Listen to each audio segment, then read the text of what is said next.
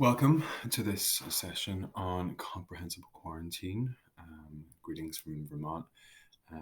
Before we start, thank you to the National Foreign Language Centre for putting on this summit, for inviting me, and also a thank you to Nectful. I spoke at their conference last year in February, or no, this year in February. Wow, it seems like it's a long time ago. This year before COVID happened. A lot of these activities, they require minimal technology. I think for me, it was just enough to wrap my mind around Zoom without using. And I know that there are a whole sort of host of really fantastic resources. I wasn't really using any of them. For me, it wasn't the time to start learning about all these different things. I just needed to do the things that I've been doing before. And what I had to do was some of the activities I used to rely on, I used to use a lot in class. I had to tweak them. Others I had to jettison because they weren't working. So these are 10 activities that I have been doing over the past 3 months that will work online, but also in person. So depending on how the fall looks, these activities will, I think, work in either scenario. Hopefully we're back in the classroom, but if not, these will work. There are 4 activities that will kind of focus on listening skills, 3 that will talk about will focus on speaking, and then the last 3 will talk about writing skills. Okay, so let's start with our 4 listening activities. The first, storytelling, and I have adapted this or sort of really been inspired, I guess, by Alice Ayel, who there's a link to her website at the end. I think it's just aliceayel.com.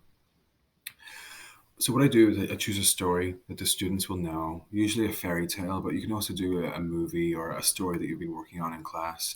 I use a whiteboard to illustrate and for clarification. So if I need to write a word, if they're really not getting it, I can write the word in English or illustrate it, and I don't have to break and continue speaking in French.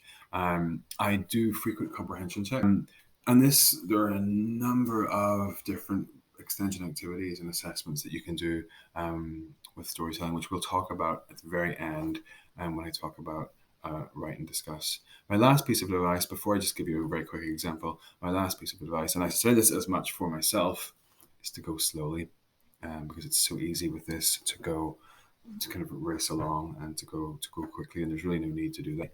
Let me do this the beginning of a story with you guys today. We will do something different. I have my whiteboard and my marker. That's all we need, and I'm going to go full screen. Class.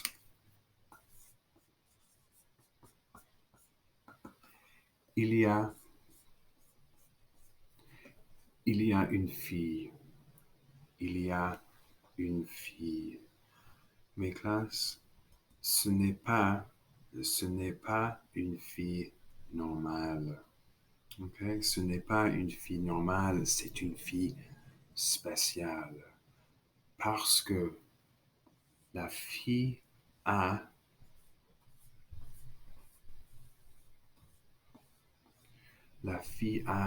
des cheveux très très longs. Mes cheveux sont courts, mais les cheveux de la fille sont très très longs. Et la fille est spéciale parce qu'elle habite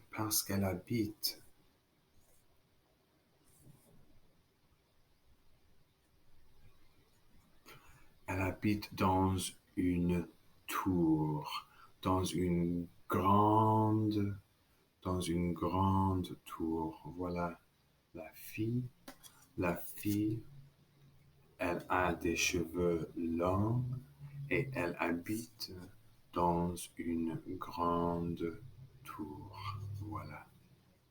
And so that is obviously the start of the story of Rapunzel. I was going a lot quicker there with you than I would with my students. I would take it even slower with them.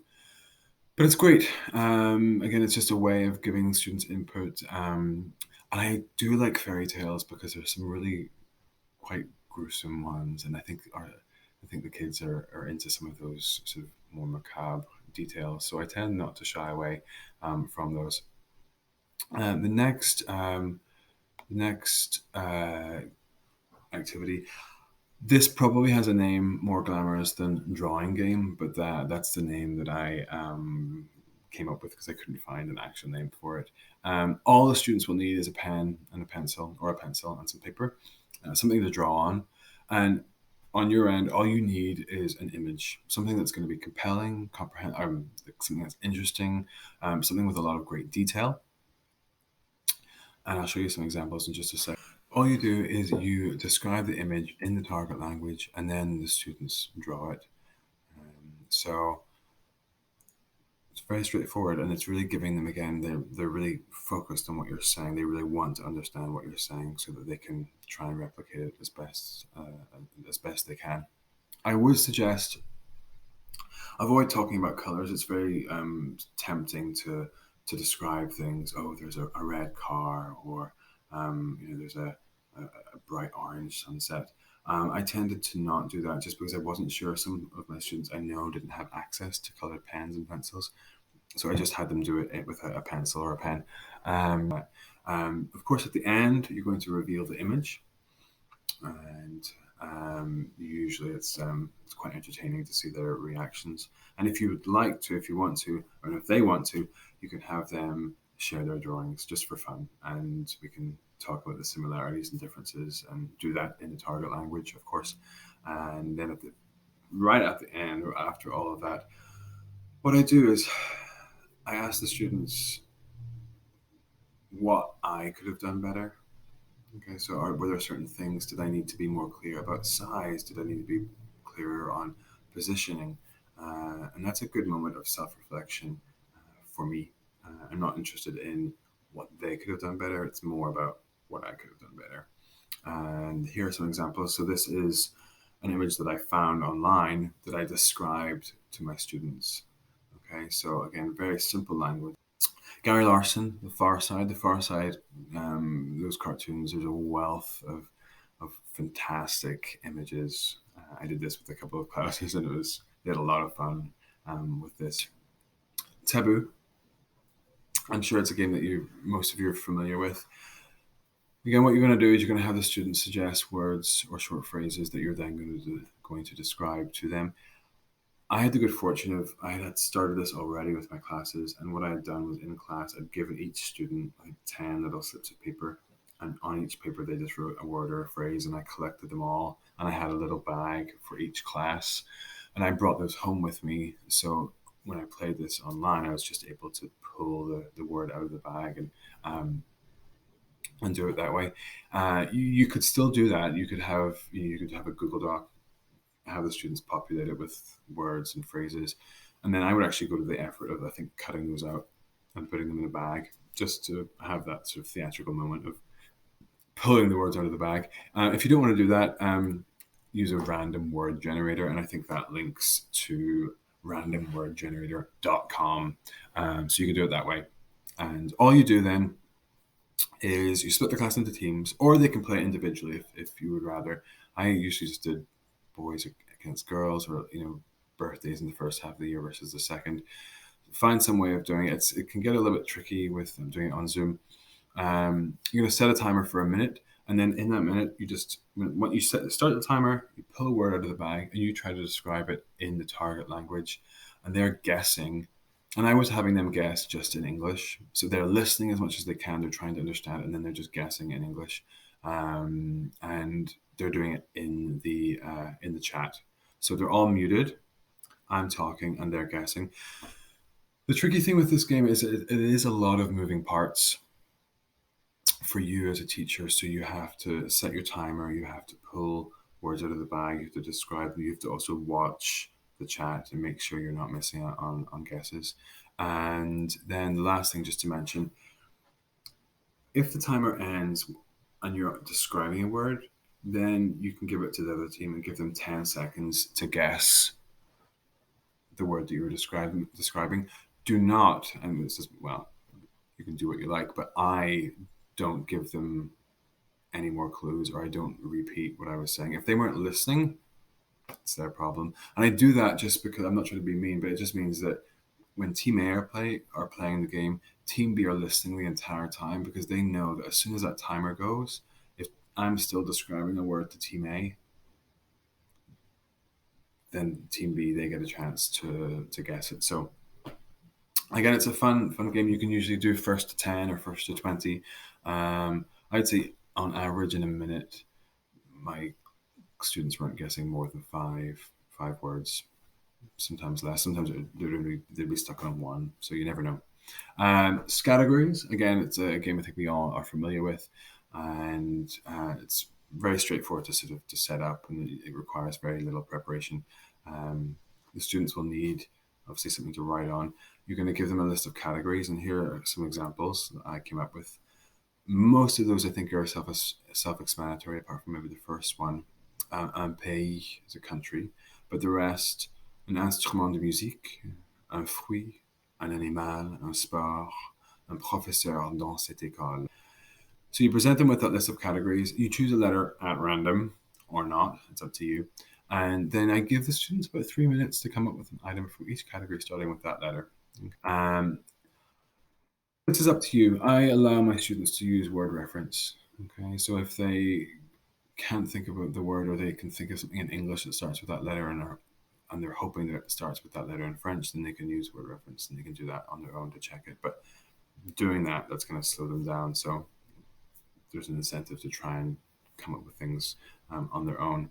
And then points, very simply, I score it. They get 1 point for a word that's valid, and then 2 points for a word that's valid that no one else wrote. So if they're the only person that had it, they get an extra point. And usually they're playing individually, and again, they enjoy it. It's a simple game. Again, it gets them into the habit of practicing using word reference, which I do think is a valuable tool. Okay, moving on to some activities that kind of hopefully gets the students talking. Show and tell. I don't need to explain this to you guys. I grew up in the UK, where show and tell is not a thing. So I learned about it when I came here. I feel like it's featured in movies as well. Some tea, because I am British, so I drink a lot of tea. The great thing, this was such a hit during quarantine, because students are able to bring items and talk about items that they wouldn't ordinarily be able to talk about, such as pets or parents. We had a lot of pets, and then students started bringing their siblings or their mom or dad, and it was really great. Really great. Good for all levels, so you can keep it level appropriate, and you can really sort of reinforce some simple vocabulary. So, for example, a number of students brought their pets, and again, simple questions: what's it called? How old is she? Does she like to eat? What does she eat? Does she like to sleep? Where does she sleep? Does she like to play? Is there another pet that maybe she plays with, or do they like each other? Do they not like each other? And you can go on and sort of keep it simple and build it up. And it's great because you're using the third person in all of this. Really straightforward, really simple,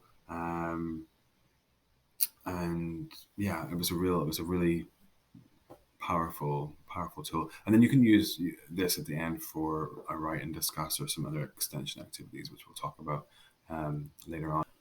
And our next activity is student generated content. I spent a lot of time at the beginning of quarantine kind of frantically scrambling to have things to do, or activities for the students, or resources for the students, instead of just using them and getting them to create and generate content. So yeah, no need for you to do it when they can do it.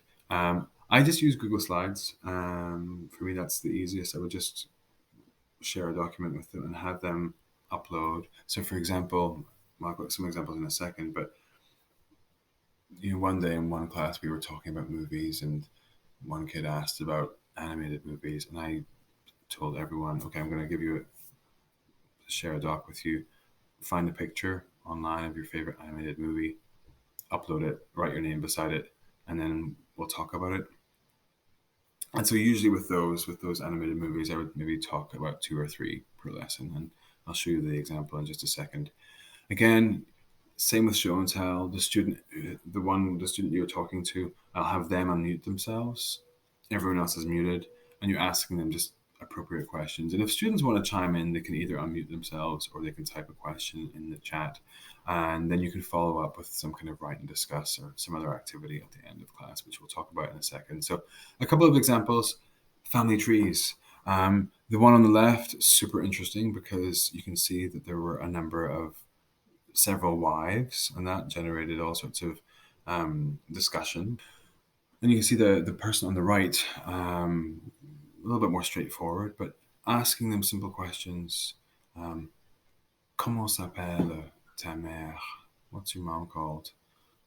Ma mère, elle s'appelle Elizabeth. Ah, classe. La mère de John s'appelle Elizabeth. So asking questions to the student using the second person, and then talking about the student to the class using the third person, and just constantly recycling and repeating all of that vocabulary. And this was the other example I mentioned about the favorite animated movies. Justin, his favorite movie is Finding Nemo. Again, simple questions, for younger students. Il y a combien de poissons? Les poissons sont de quelle couleur? Moving on up a little bit. Est-ce que tu as un personnage ou un caractère préféré? Est-ce que tu préfères Dory? Est-ce que tu préfères Nemo? And continuing from there, maybe some older students, we can ask them what the plot of the movie is, and so on and so forth. And the final activity of these 3 that, in my experience, have helped get students talking is using GeoGuessr. For those of you who don't know what it is, it's actually easier if I show you an example. Essentially, what it does is that it kind of puts you down in a random place on the planet using Google Earth or Google Street View, and then you have to figure out where you are. Just to clarify, in order to play, you have to have an account, and you can only play 1 game per day for free. But that's actually fine because 1 game is 5 rounds, which is more than enough. And I would encourage students to say what they see. So let's take a look. Once you've got an account, you can play the world or famous places. The world is very challenging. It will literally plop you down anywhere, and you have to explore and figure out where you are. Unfortunately, I was playing this yesterday when I was preparing this presentation, and I'm just realizing that it lets you play once per day, and by once per day it means actually once. You have to wait for 24 hours, but we can always improvise, and you can actually just play for free. It has limited features, but that's fine. But just to show you what it looks like, it will plop you down. Oh, wow. Fascinating. Okay, so again, very simple. Here we are. Ask your students, where are we? Maybe they don't know the word for a cemetery, but they can say some things that they see. You can then, ask your students, do we want to go this way, or do we want to go that way? This is actually fascinating. Where on earth do we think we are? We can look at the names. I think that says Phillips there. All sorts of things to ask your students. And then once you have a guess, let's just say we're in North America. I have no idea. You can zoom in on the map. You can make a guess, and it will calculate points based on. Oh, and we were in. Where were we? Alaska? Gosh, we were right there. So that is that's GeoGuessr. That's what that looks like. And there are a couple of examples of the famous landmarks. When you click on that in GeoGuessr, that's what you're going to get. It will put you somewhere that's somewhat well known. That, again, we look at that. Immediately, my thought is to ask the students, are we in the United States? If you think so, why? If you don't think so, why not? What do you see in the picture? What do you not see? I mean, the obvious thing is, for me, I don't see any cars. That, in case you're curious, It's Copenhagen. And this one, I had no idea actually where it was. I should have spotted the American flag there in front of the right in front of the lighthouse. That's actually San Francisco. And moving on finally to some writing activities. The first of those is it's actually an art appreciation activity, and what you do is you take your class on a gallery tour. So let's take a look. And here we are in the Musée d'Orsay, and this works like Google Street View. It's courtesy of Google Arts and Culture, and they have, I think, 2,000 museums that you can tour around. And I just let my students loose. I actually give them a tutorial. I show them how to use it. You can go to different floors here. So we can go to the ground floor of the museum here. We can look around, and we can sort of walk over to different places, look at different pieces of art. Maybe go over there and see what's going on. Maybe it won't let me. Maybe it will. But take a look around, and then share the link with the students and let them loose. And then what I do is I have them choose a portrait.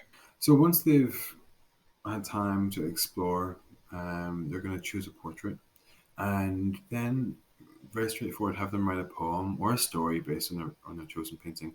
For my older students, I had them do a story, and some of them were really quite wonderful. And obviously, this is all in target language. Some of the students, the younger ones, I just gave them a simple "I am" template, and they used that. And the one that I used looks a little bit like that. So je m'appelle, and I talked through this with them what it was going to look like. Je m'appelle, j'habite, I live, je suis, and just encouraging them to run wild with their imagination. And I got some really, really interesting ones. Two more to go. Fluency-Writing. Some of you will have done this already or are familiar with this. This, initially, I wasn't going to do it during lockdown or during remote learning. And then I decided, I changed my mind just because I realized it would actually give them time away from their computer screen. The way this works, and this works the same whether you're in the classroom or online, you're giving students 5 minutes to write, and you can give them a prompt or not. It's up to you. You can have them rewrite a story. You can just tell them to write. The two things I would encourage you to remind them: number one, you're looking for quantity, not quality. And every time I introduce this activity to a class, somebody will always say, "Oh, I think you mean the opposite. I think we should be focusing on quality." And I'm obviously absolutely not. And it's so liberating for students because they don't hear it in any other class. Okay, so I always encourage them to focus on quantity. Write as much as you can. The other thing I tell them is I will not, I'm not checking their work. Okay, and that really frees them up. Their filter comes down. They feel more relaxed. They just know that they just have to write, and they like that challenge as well. Give them 5 minutes, and then they tally their words. And the idea is that you do this whether it's once a week or every couple of weeks, and hopefully their word count will increase slowly. There's a lot more I could talk about with that, but I'll leave it there for now. I will just say though, students will often ask, or sometimes I notice in the classroom, a student will be writing and then they'll stop for a while because they can't think of the word in French. Try and encourage them to think in French from the get-go, so they don't get themselves in knots. If they do get to a word and they don't know what it is in French, have them write it in English and then just carry on. And then when they do their tally, they just don't count that word. And I have notebooks and I have some stuff that I do at the front.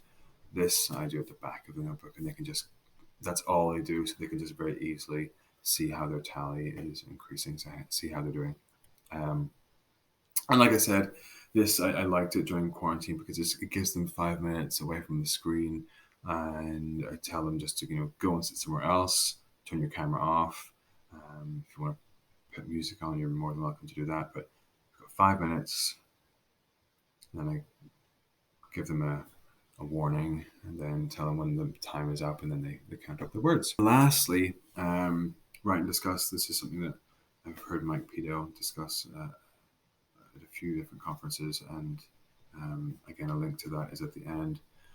Usually about 10 minutes, I would stop before the end of class.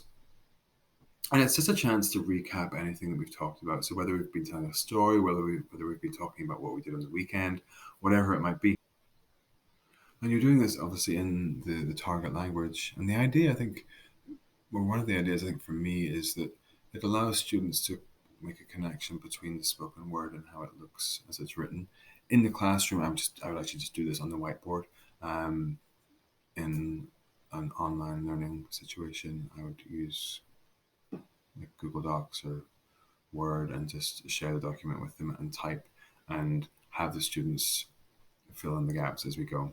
Just contribute, like, what was the name of the girl in the story? Where did she live? Was her hair long or short? Writing it down. And again, if the students are unable to fill in those gaps, then you know that you've gone too fast, and it's a really good way for you to just to kind of take stock of your pacing. Students can copy the text into the notebooks if they want. I did not do that during quarantine. I don't always do it even in class, but it's something that you can have them do from time to time if you want to. And it is great for all sorts of extension activities, and there's a whole list there: choral reading, choral translation, closed sentences, storyboard where you have them illustrate certain parts of it, a running dictation. All of those things are Googleable, and I obviously don't have time to talk about them now. So that is our 10th and final activity.